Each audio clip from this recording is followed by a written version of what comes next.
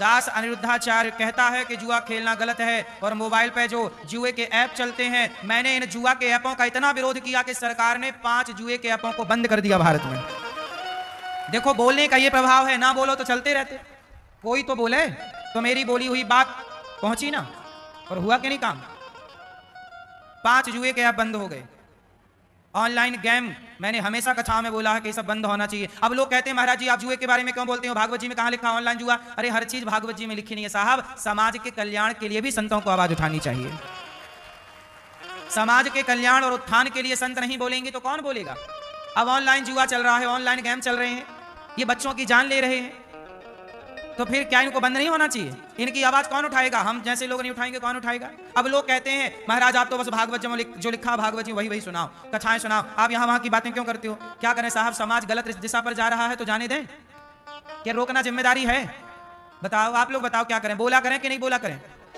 फिर इसलिए दास ने बोला। तो देखिए मैं अमेरिका में था जब मेरे खिलाफ यहाँ के कुछ न्यूज चैनल षड्यंत्र के तहत मुझे बदनाम करने का प्रयत्न, मैंने बोला था कि देखो मोबाइल पे गलत ऐप डाउनलोड कराने का कुछ न्यूज चैनल भी तो प्रचार करते हैं ना, हाँ या ना।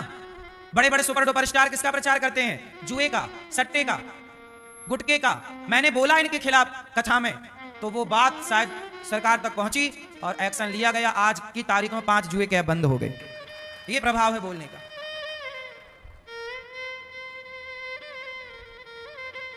और भी अभी बंद होने चाहिए। क्यों बुराई परोसी जाए बच्चों को। तो मेरी मां, कलयुग का पहला ठिकाना है जुआ। कलयुग का पहला ठिकाना, जोर से, क्या, जुआ। द्यूतम, जुआ खेला कौरवों ने, सर्वनाश हो गया। जुआ खेल के कितने लोग बर्बाद हो गए। मोबाइल पे जुआ, गेमिंग का जुआ, ऑनलाइन जुआ, ये सब जुआ है। ये जुआ ना खेलना साहब, नाश हो जाएगा। कलयुग रहता है जुआ में, जहां जुआ होगा वहां कलह होगी। द्यूतम, क्या होगा, द्यूतम, द्यूतम, पानम। कलयुग का पहला ठिकाना है जुआ, दूसरा ठिकाना है पानम। पानम बोले तो शराब, क्या, शराब। शराब ना पीना, शराब में कलयुग रहता है। शराब पीने वाला व्यक्ति कलह करता है, इसलिए शराब पी के गाड़ी चलाना मना है, शराब पी के प्लेन उड़ाना मना है। बोलो हाँ। क्यों भैया, शराब अच्छी चीज है कि गलत चीज है, हैं? अच्छी चीज होती तो शराब पी के गाड़ी चलाने को फिर मना क्यों करती गवर्नमेंट। अच्छी थी तो पी के चलाने दो गाड़ी, मस्त झूम बराबर झूम शराबी चलाए।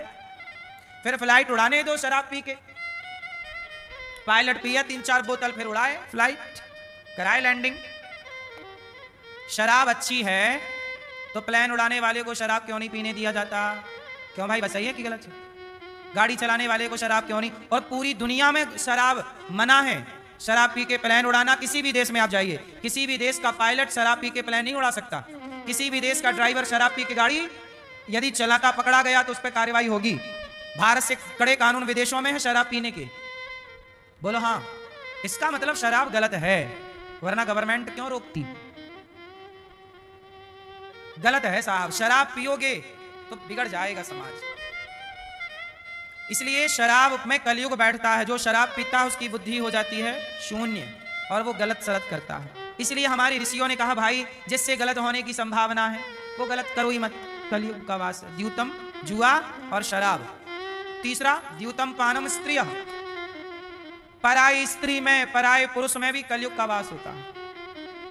पर नारी पैनी छुरी तीन तरफ से खाए, धन हरे यौवन हरे घोर नरक ले जाए।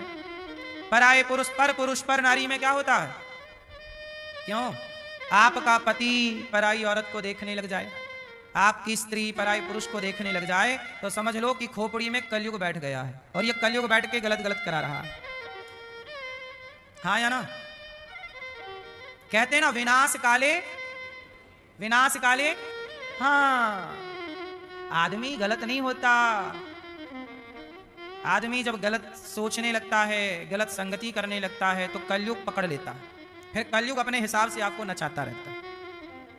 अब कलयुग में क्या क्या सुनने को मिलता है।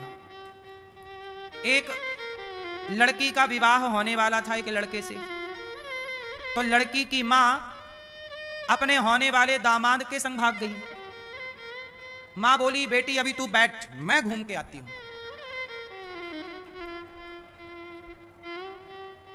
अब सोचो, जो अपनी बेटी के लिए लड़का ढूंढा वो सास ही लेके फरार हो गई। ये क्यों हो रहा है? ये सब ये बता रहा है कलयुग भाई कि मैं आ गया। ये कलयुग क्या बोल रहा है कि मैं आ गया, मैं आ गया। कौन आ गया? घोर कलयुग आ गया। कौन आ गया? अपने पति को छोड़कर अपनी बेटी के लिए जो दामाद ढूंढा भाग गई। इसे क्या कहोगे आप? यही है कलयुग। उस स्त्री और उस पुरुष दोनों के खोपड़ी में कौन बैठ गया? कलयुग। कलयुग ने ये सब करा दिया। इसलिए अपनी बुद्धि को इतनी पवित्र रखो कि कलयुग कभी बैठने ना पावे तुम्हारी मस्तिष्क और बुद्धि में, और गलत विचार भी ना आए। गलत विचार आएंगे तो कलयुग को जगह मिलेगी। याद रखिएगा, जहां गंदगी होगी वहां मच्छर मक्खी अपने आप पहुंच जाएंगे। जहां गलत विचार होंगे कलयुग वहां पहुंच जाएगा। तो कलयुग का स्थान क्या है? पर नारी, पर पुरुष। तीसरा स्थान, पर स्त्री में तुम मन लगाते हो तो कलयुग बैठ जाएगा। पर पुरुष में मन लगाते हो बैठ। इसलिए कहा अपनी पत्नी के सिवा, अपने पति के सिवा कहीं मन ना लगना चाहिए। यही भारत का धर्म है, यही भारत की संस्कृति है और संस्कार। हाँ या ना? कलयुग, कलयुग का तीसरा स्थान यही। और चौथा क्या? मांस। आप खाते हो मांस? अंडा? भैया चश्मा वाले भैया, आप खाते हो मांस? मछली, मुर्गा मुर्गी, बकरा बकरी, भैया आप खाते हैं? अंडा? ये भैया पी ले। आप बेटा आप खाते हो? आप खाते हो? अंडा नहीं खाते हैं, मछली भी नहीं, मुर्गा भी नहीं, मुर्गी भी नहीं, सुअर नहीं खाते। क्यों छोरा, आप अंडा खाते हो? आप अंडा खाते हो? अंडा नहीं खाते। मैया आप क्या खाती हो? मेरी माँ कुछ नहीं खाती, भूखी रहती हो मेरी माँ। रोटी खाती हो? कलयुग वहां बैठा है जहां हत्या हो रही है, मछली की, मुर्गा की। अपने स्वाद के लिए लोग मारे जा रहे हैं, मारे जा रहे हैं, मारे जा रहे हैं। किसके लिए? अपना पेट भरने। भैया किसी का मांस खा के अपना पेट काहे भर रहे हो जब तुम्हारे लिए भगवान ने 56 भोग बनाए हैं? हम तो देखो 56 भोग बनाए हैं, दाल चावल सब्जी रोटी से ही पेट भर लेते हैं। हम तो एक बार खाते हैं, दिन भर के लिए हो जाता है। 2 बार भी नहीं खाते, हम एक बार ही खाते हैं दिन भर, और आपसे ज्यादा काम करते हैं एक बार खा के। तुम्हारा पेट है भैया, ये मांस खाने वालों का पेट है कि शमशान है? इसलिए मांसाहार ना करो। कलयुग के 4 स्थान। 5वां स्थान, बेईमानी से कमाया गया धन। जो आप बेईमानी से कमाते हो, भ्रष्टाचार करते हो, चोरी करते हो, गलत। आप लोग चोरी करते हैं? क्यों मेरी मां? हाँ या ना? दूसरे की चप्पल अप्पल तो नहीं चुरा लेते कि हमारी कोई ले गया तो हम भी चुरा लें दूसरे की? क्यों चप्पल चुराती हो भैया? लोग चप्पल चुरा लेते हैं। चोरी नहीं करना चाहिए कभी। 2 काम बिल्कुल ना करना जीवन में कभी। पहला चोरी, दूसरा जारी। चोरी जारी से बचना। चोरी मतलब चोरी करना, और जारी मतलब, जारी क्या होती है बताओ जरा? जारी मतलब पराई स्त्री को देखना, पराई पुरुष को देखना।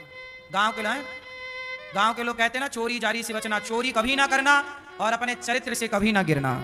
बस यही चीजें हैं। यदि आप अपने चरित्र से नहीं गिरते और चोरी नहीं करते तो कोई आपका बाल भी बांका नहीं कर सकता। बात समझ में आई? चोरी जारी से बचना।